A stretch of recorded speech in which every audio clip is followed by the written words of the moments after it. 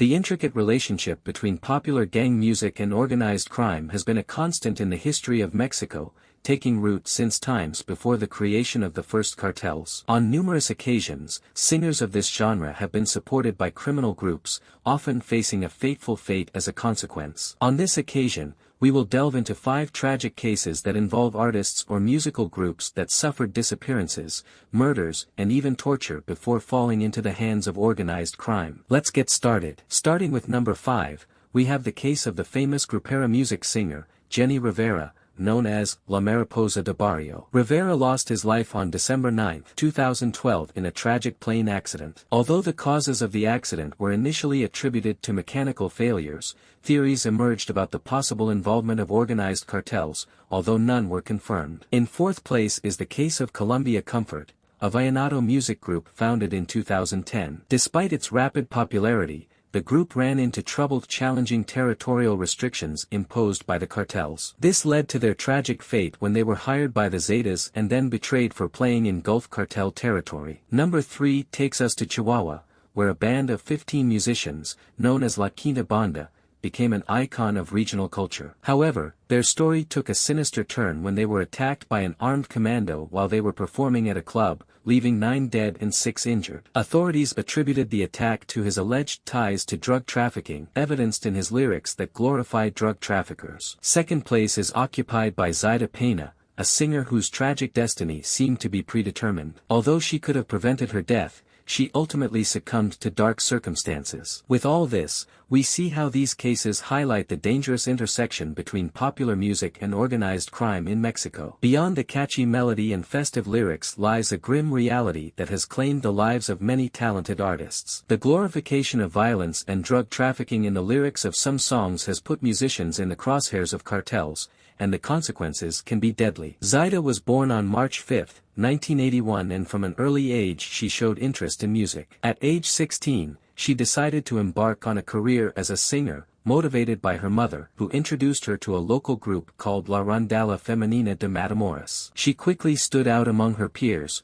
prompting her to continue as an independent artist. Later, with the endorsement of Bronco's vocalist as her godfather, her music gained recognition and reach. However, Ella Zaida soon found herself involved in the world of narco-corridos, a popular genre in regional Mexico, which eventually led to her tragic death. On November 30, 2007, she attended an Alejandra Guzman concert with her best friend, and then they stayed at a motel in Matamoros, where unfortunately there were no security cameras. Around 11 p.m., a red car entered the motel and without warning, they shot indiscriminately into her room. Zaida was injured but she was taken to the hospital, where she was tragically killed by her attackers. In another case, and already number 1, is the group Los Ronaldos, originally led by the late Luis Mendoza, suffered a death marked by hatred. As they left a funeral home in Sonora, they were followed by armed men to their vehicle. An armed commando blocked their path on Morelos and Tabasco streets, firing hundreds of shots with the intention of killing the occupants. This attack highlighted the problems that the group faced with certain cartels,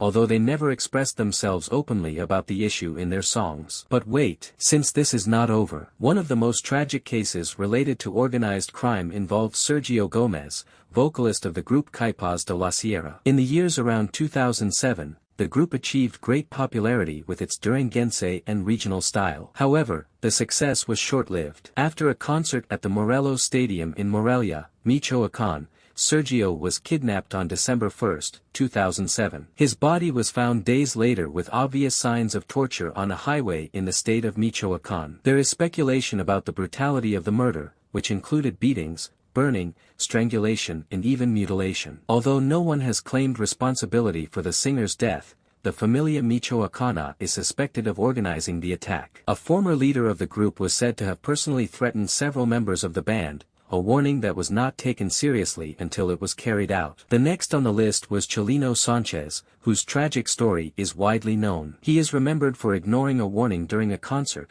which led to him being the target of an attack organized by the cartel. This event stands out as the first hate crime in the regional Mexican music genre. Furthermore, his life and death are shrouded in numerous urban legends, such as the one that suggests that he crossed illegally into the United States in the 1970s to escape people who were looking for him in his town for a crime he committed in defense of his sister. This version of events contrasts with the notion that he sought better economic opportunities abroad. In 1992, during a presentation, Chileno was shot by Eduardo Gallegos, but managed to survive and respond to the attack, which increased his reputation as a brave man. Shortly after, he received a death threat note, but this did not stop him. However, after finishing another concert and heading to a bar to celebrate, he was intercepted by men posing as local police officers and taken away for the last time. His body was found the next day in a river, tied and blindfolded, with no obvious signs of torture, although the possibility is not completely ruled out. And one of the good guys in music, Valentin Elizalde. The cause of Valentin Elizalde's death was determined by specialist experts and later revealed by members of the prosecution. He was shot twice in the back of the head. Despite more than 30 years since his death, the investigation remains open and details are scarce so as not to hinder the process. However, curiously,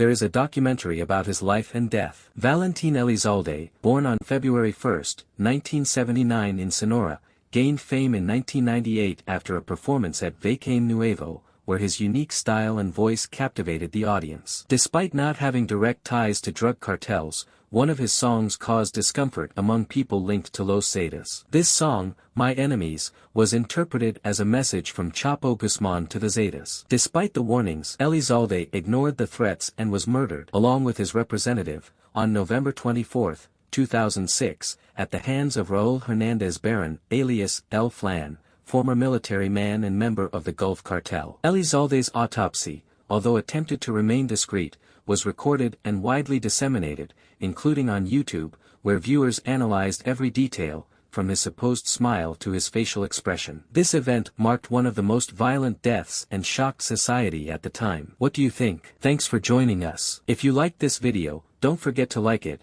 share your comments and subscribe to our channel for more fascinating stories. Until next time.